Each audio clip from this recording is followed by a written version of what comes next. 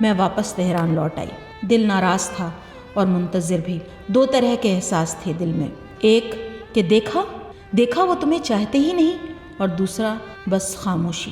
میں نے اپنی ماں کو فون کیا، جھگڑ پڑی اور کہا دیکھو تم تو کہتی تھی کہ یہ سب تمہیں بلاتے ہیں، یہ کیسا بلانا ہے؟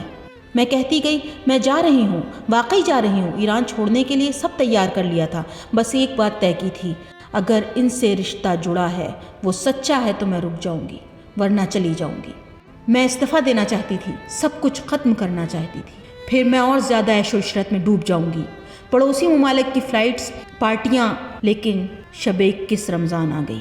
میں انتظار میں تھی، کسی اشارے کی منتظر، لیکن کچھ نہیں ہوا۔